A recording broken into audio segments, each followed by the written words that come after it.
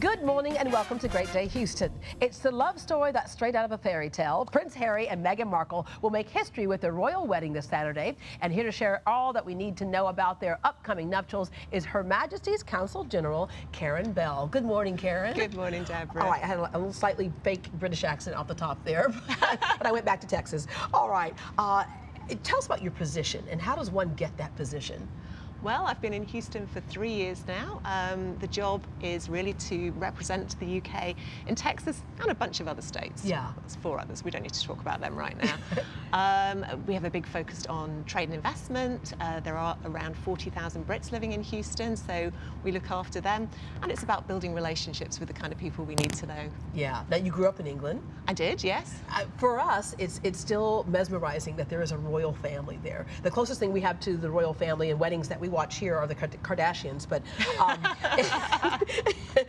it's quite different. But whenever there's a royal wedding, it gets the world's attention. Right.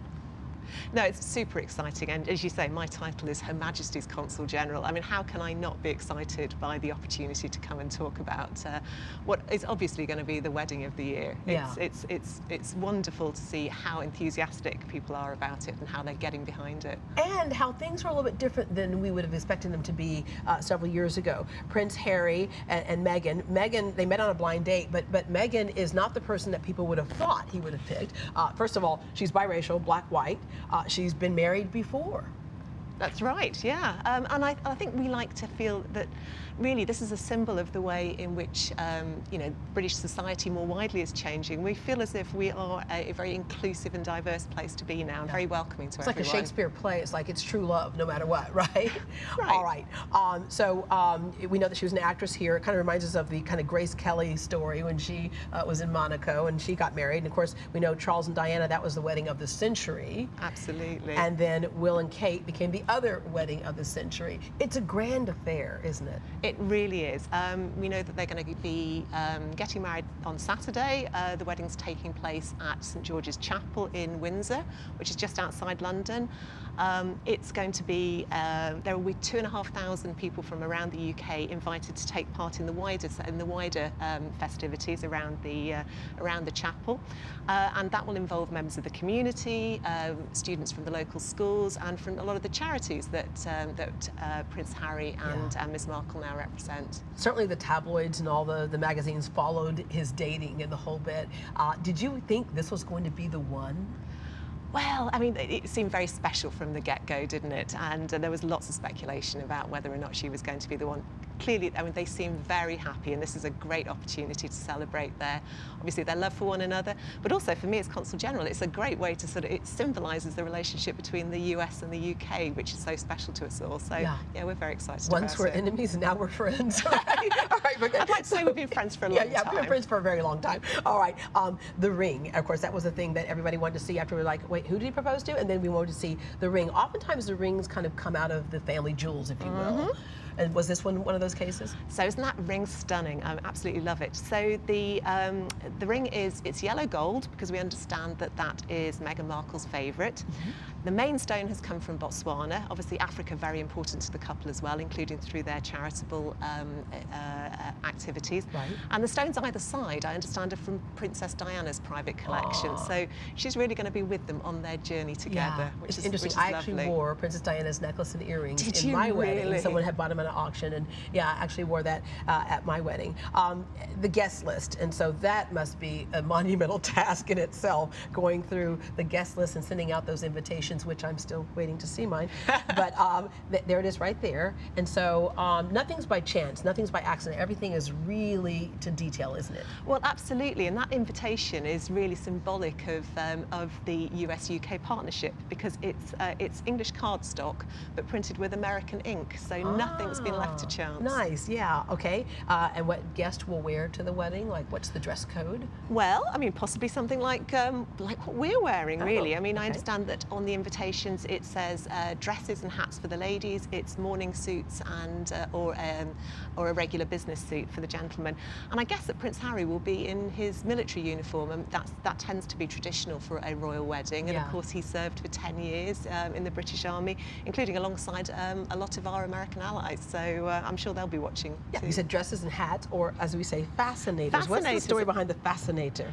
Well, I think you would have to ask a fashion expert, but I think they really became they had a resurgence in popularity back in the 1980s. You know, people's approaches to fashion got more kind of creative, and a fascinator was a great way to kind of be able to, you know, sort of show some creativity in, and we know in a that Princess modern way. Eugenia and the Princess Beatrice, they wore them as well, and Right. everybody, and Kate, of course, and so everybody was like, okay, this is the coolest thing. All right, there are certain things that are tradition. The wedding party, of course, is made of children. So you're Yeah. going to have the children of the both families there. And then there's that thing that we all wait for, the balcony kiss. Well, so the balcony kiss tends to happen when weddings take place in Westminster Abbey, and then where the reception goes on to Buckingham Palace. This wedding's going to be at St George's Chapel, but it will be very much guided by tradition. So whether or not there will be a balcony to have a kiss on, I don't know, but there will be a carriage ride around Windsor, and I'm sure there will be a lot of pressure from an adoring crowd for the couple to kiss. The crowd is not who called in sick to work that day, right? Because actually, are they kind of allowed to be off? It's a Saturday. So that's you know, perfect. Yeah. so we're having a party together. Yeah, all right. And then at the reception, there'll be all kinds of things. Of course, these right here are things that would be served at the wedding? Right, so this rosé here in particular, this is what was served at William and Kate's wedding. And all of these chapel down English sparkling wines are available here in Houston. So I gather you can buy them in at HEB Central Market and at Specs. So we're very excited. Anybody who wants to really toast royal style can have a glass of English sparkling wine on Saturday. So Meghan will be part of the royal family. You need to take some classes, right, to know how to behave. There's certain things that you have to learn. Well, I mean, they describe the royal family as the firm, don't they? And I guess she's already made one or two sort of adjustments into her life. So she has been baptised and confirmed as an Anglican, and after the ceremony, she'll become a British citizen. But, you know, I don't think too much is going to change. She and Prince Harry have already shown a really strong commitment to the charities that they support, and I think more of that's going to happen. Different today. Yeah. But even little things like the etiquette, like crossing your ankles and the proper wave and the whole bit, right? This sort of thing. Yeah. I'm sure they're going to get a bit of practice in ahead of Saturday for that sort of stuff. Yeah. All right. You talked about some of the things that will happen here around Houston, because we actually, do you say Houston or Houston in England? Houston. Houston. Okay, good. So things that will be happening around town. There's the tea at the St. Regis, which St. Regis is known for their afternoon teas. The royal wedding parties in Houston. The royal reception at City Center, that will be taking place Saturday, 5 to 8 p.m. Got a champagne bar and the whole bit. And then the royal wedding screenings will happen Saturday, 10 a.m. at the Houston Mark Stadium 23 or Willowbrook. And then a royal princess tea etiquette party will be taking place for girls 7 to 17. Anyway, we can sneak in some etiquette for today's generation, right? And then what you all will be doing at the British Consulate-General of Houston. So I am going to be marking the day by attending a brunch hosted by the British American Foundation of Texas, which is a charity which is very dear to me, and which raises money for scholarships for very deserving Texas students, whether they're studying here or in the UK.